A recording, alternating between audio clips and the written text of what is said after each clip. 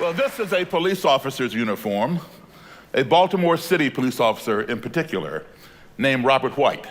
He gave me this uniform when he and I became the very best of friends. But, you know, I first heard about Robert White when I was a teenager. And then I later met him. I met him just a month after he got out of prison.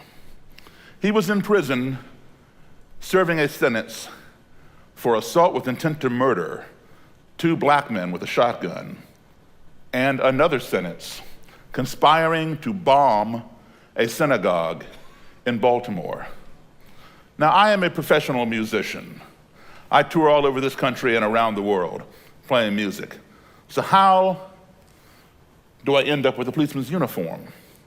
He worked for the police department by day, but he also had another job, which required a different kind of uniform.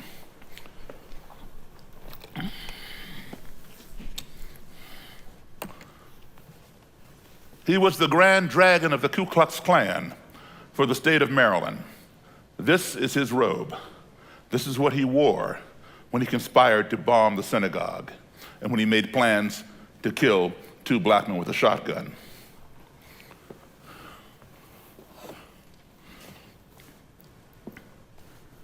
To understand why I have these items, let's take a little journey back in my life. I was born in Chicago in 1958. At the age of 10, in 1968, my parents had moved to Belmont, Massachusetts, a suburb of Boston. I was one of 2 black kids in the entire area, at least in the school. I joined the Cub Scouts at the age of 10 at the invitation of some of my white male friends. And we had a march from Lexington to Concord to commemorate the ride of Paul Revere. My den mother let me carry the American flag. And as I was marching as the only black scout in this parade, along with the Girl Scouts, Boy Scouts, Cub Scouts, and Brownies, I think 4-H Club was there and some other organizations. As I was marching down the street, somewhere along the parade route, I began getting hit with bottles, soda pop cans, rocks, and debris from the street by just a small group of white spectators mixed in with the all-white crowd on the sidewalk. This was the first time I ever experienced anything like this, and I did not understand. I thought perhaps those people did not like the Scouts. I did not realize I was the only Scout getting hit until my den mother and the other Scout leaders came rushing over and huddled over me with their bodies and escorted me out of the danger. They never explained why, even though I kept asking, why are they hitting me? Why are they hitting me? What had I done wrong? When I got home, my mother and father, who were not at the march, were fixing me up with mercurochrome and Band-Aids and asking me, how did you fall down and get all scraped up? I told them I didn't fall down. I told them exactly what happened. For the first time in my life, my parents sat me down at the age of 10 and explained racism to me. I had absolutely no idea what they were talking about. It was inconceivable to me that someone who had never laid eyes on me, never spoken to me, knew absolutely nothing about me, would want to inflict pain upon me for no other reason than this, the color of my skin. So I did not believe my parents. But more and more incidents began happening, and I realized my parents had told me the truth. I didn't know why people felt that way, but I realized that there were some people who did. So at the age of 10, I formed a question in my mind. That question was, how can you hate me when you don't even know me? So I grew up in my adolescent years spending a lot of time buying books on black supremacy, white supremacy, the Nazis in Germany, the neo-Nazis over here, the Ku Klux Klan, anti-Semitism, trying to understand that ideology, trying to get the answer to my question, how can you hate me when you don't even know me? None of these books provided the answer. So then in my adult life, I thought, you know what? Who better to ask, how can you hate me when you don't even know me, than someone who would join an organization whose historical premise has been hating those who do not look like them and who do not believe as they believe. So I had my secretary who books my bands and all that kind of stuff. I said, listen, I want you to get a hold of this guy. His name is Roger Kelly. I acquired Mr. Kelly's phone number. Mr. Kelly is what's known as the Imperial Wizard. Bob White was a Grand Dragon, meaning state leader. Imperial Wizard is a national leader in the Ku Klux Klan. I was told, do not fool with Mr. Kelly, Daryl. He will kill you. But I had to have the answer to my question. I was hoping it wouldn't be the final answer if I met him. So I gave Mary his phone number and said, give him a call. Do not tell him that I'm black, but see if he'll sit down and give your boss an interview. He wants to discuss the Ku Klux Klan. So she did. Mr. Kelly agreed. So we reserved a motel room. Mary and I got there early. Right on time, to the minute, there was a knock on the door. Mary hops up and runs around the corner, opens the door. In walks Mr. Kelly and his bodyguard. The bodyguard was armed with a sidearm right here on his hip. When they saw me, they just kind of like froze, because they were expecting a white guy. And I stood up and went like this to show I had nothing in my hands, and I approached. I said, hi, Mr. Kelly, I'm Daryl Davis. He shook my hand. The bodyguard shook my hand. I said, come on and have a seat, have a seat. Mr. Kelly sat down, and the bodyguard stood at attention to his right. And we conversed, agreed on some things, disagreed on other things, but he let me know. He let me know that I was not his equal. I was inferior, he was superior. And this was justified and determined by the color of my skin. I wasn't there to fight him, I was there to learn from him. Where does this ideology come from? Because once you learn where it comes from, you can then try to figure out how to address it and see where it's going. So we continued conversing. Maybe about a little over an hour into this interview, there was kind of a strange noise in the room, kind of, and we all jumped. And I popped up out of my seat. There's a table between us. And I was ready to come across that table and take down Mr. Kelly and the bodyguard, because I knew that Mr. Kelly had made that noise. I didn't know what that noise was. I could not discern it. And I kept hearing the voice of the person who gave me his phone number saying, Daryl, do not fool with Roger Kelly. He will kill you. I did not want to die that day. But I knew that he made the noise, and I'm trying to think, what did I just do? What did I just say to cause him to make some kind of weird noise? And I'd gone into what you call survival mode. In survival mode, people will do one of three things. Some people, when you fear for your life, some people will just tense up and start shaking, and you can be taking a hammer or a bat and hitting them on the head, and they will not even be deflecting the blows, just be like this. That is called paralysis by fear, and it is a real thing. The second thing people will do is they will try to run away as quickly as possible to put as much distance between the source of the fear and themselves. That is the best option, if you can do that. However, it was not an option for me, because you cannot outrun a bullet in a motel room. I was not armed, neither was my secretary. The only person I know for sure who was armed was the bodyguard. You can see his weapon right here. I did not know if Mr. Kelly had a weapon up under his jacket or not. He was wearing a dark blue suit and tie.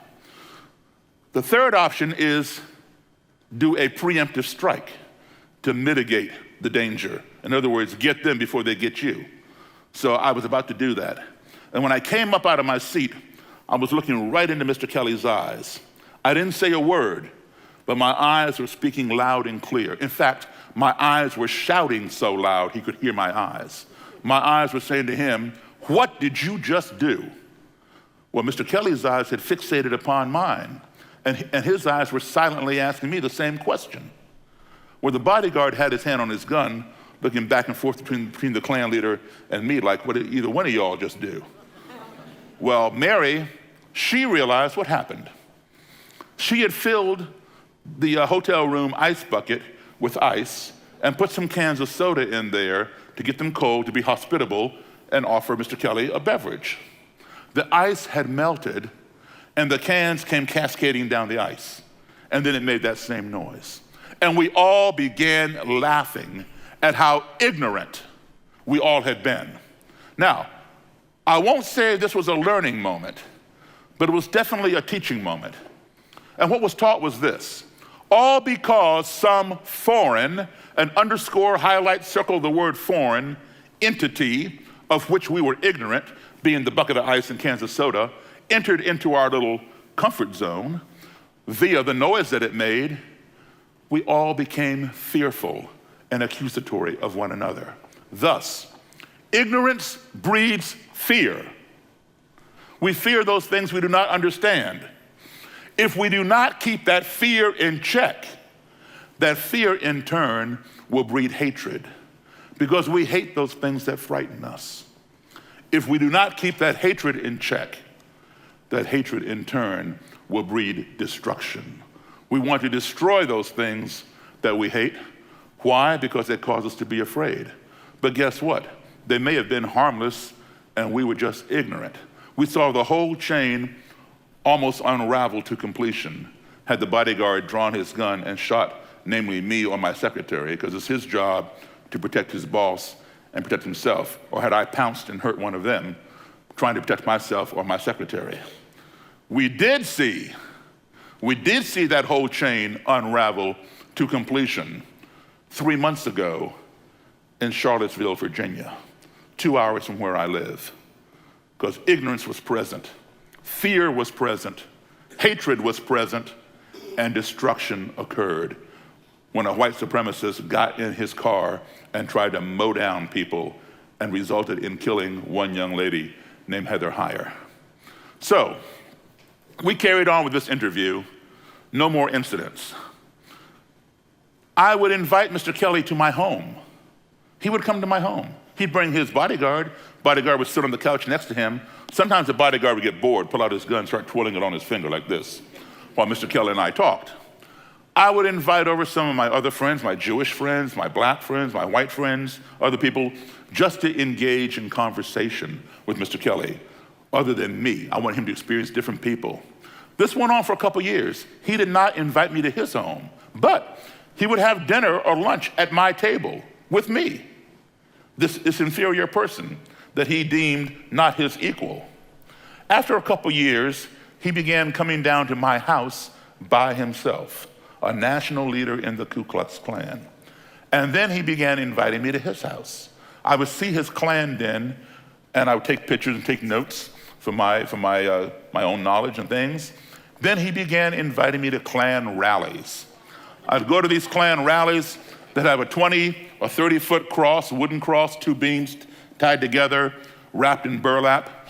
The burlap was soaked in what they call Klan cologne, otherwise known as diesel fuel or kerosene. And Klansmen and Klanswomen in their robes and hoods and torches were paraded around in a circle around the cross. And either the Grand Dragon or Imperial Wizard would say, "Klansmen, halt," and they'd all stop. Then he'd say, "For God," and they'd say, "For God," "For race," "For race," "For country," "For country." Klansmen approached the cross, and they'd all close in to the base of the cross. Klansmen light the cross, and they throw their torch down at the foot, and whoosh, this big cross would be on fire. There you go. There's one rally, such rally, with a Klansman that's conversing with the Klan at a rally. And there's a rally with the cross on fire. Now, they would give speeches, I would take more notes, and try to absorb and try to understand, not that I'm believing in what they're preaching, but I'm trying to learn and understand what is the impetus for it. So, after a while, CNN got wind of this and wanted to do a story on me. They knew me as a musician. They knew who Mr. Kelly was as a Klan leader. So they followed me to a rally. First, they came to my gig on Friday night to show what I really do. And then Saturday morning, they followed me to a Klan rally 2 hours from my house. And they said to me, "Do you think Mr. Kelly will even talk to us?" I said, "I will do better than that. When this rally is over, I will get Mr. Kelly, the Imperial Wizard of the Klan, to come to my house and you can interview the Klan leader inside a black man's house." They said, "Oh, okay." So they filmed the rally, and when the rally was over, I spoke with Roger Kelly, told him what was going on, and he agreed. He drove without his bodyguard 2 hours out of his way, sat in my basement, and interviewed with CNN. And this clip was shown every hour for 24 hours all over the world. I want to show it to you right now, and I want you to pay particular attention to what Mr. Kelly says. He says that even though he and I would do different things together, it did not change his views on the Klan, because his views on the Klan had been cemented in his mind for years. Then he goes on to say how he believes in separation of the races, because he finds that to be in the best interests of all races. But listen to what he says about respect towards the end of the clip. Please show the clip. Davis is one of the few African Americans you will ever find attending a KKK rally. More than attending, he is welcome. I got more respect for that black man than I do you white niggers out there. It's been a tough day for the Klan. Their Maryland rally found many local residents rejecting the message of white separatism. After it's over, Daryl Davis hangs around backstage with his friend, Klan wizard Roger Kelly. It's not unusual for blacks and whites to be friends, but it is unusual to find a black man and a Klan leader chatting pleasantly over an orange soda after a Klan rally. The relationship started over a book Davis was writing. His secretary set up an interview with Roger Kelly, but didn't tell him Davis was black. They talked and talked some more.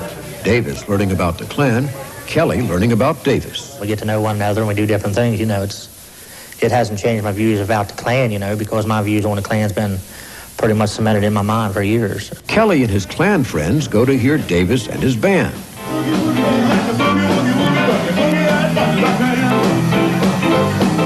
And Davis goes to their rallies. I sat on the front row and listened to each Klansman speak. Some things I agreed with, other things I did not agree with. Davis thinks that his presence promotes badly needed understanding. Hate stems, I believe, from fear of the unknown. And I think this is all across the board, regardless of whether it's a Klansman or anything else. But he has no illusions about the Klan. If he did, his friend would be quick to disabuse them. And I believe in separation of the races. I believe that's in the best interest of all races. Does he really? Or has friendship transcended the color barrier? Listen to Kelly at a Klan rally. I will follow that man to hell and back, because I believe in what he stands for and he believes in what I stand for. A lot of times we don't agree with everything, but at least he respects me to sit down and listen to me. And I'll respect him to sit down and listen to him. The strange relationship of a KKK wizard and his black buddy. In Washington, I'm Carl Rochelle, CNN Sunday Morning. Respect is the key. Sitting down and talking, not necessarily agreeing, but respecting each other to air their points of view. Because of that respect and my willingness to listen and his willingness to listen to me, he ended up leaving the Klan, and there's his robe right there. I am a musician, not a psychologist or sociologist. If I can do that, anybody in here can do that. Take the time to sit down and talk with your adversaries. You will learn something and they will learn something from you. When two enemies are talking, they're not fighting, they're talking. It's when the talking ceases that the ground becomes fertile for violence. So keep the conversation going. Thank you all very much.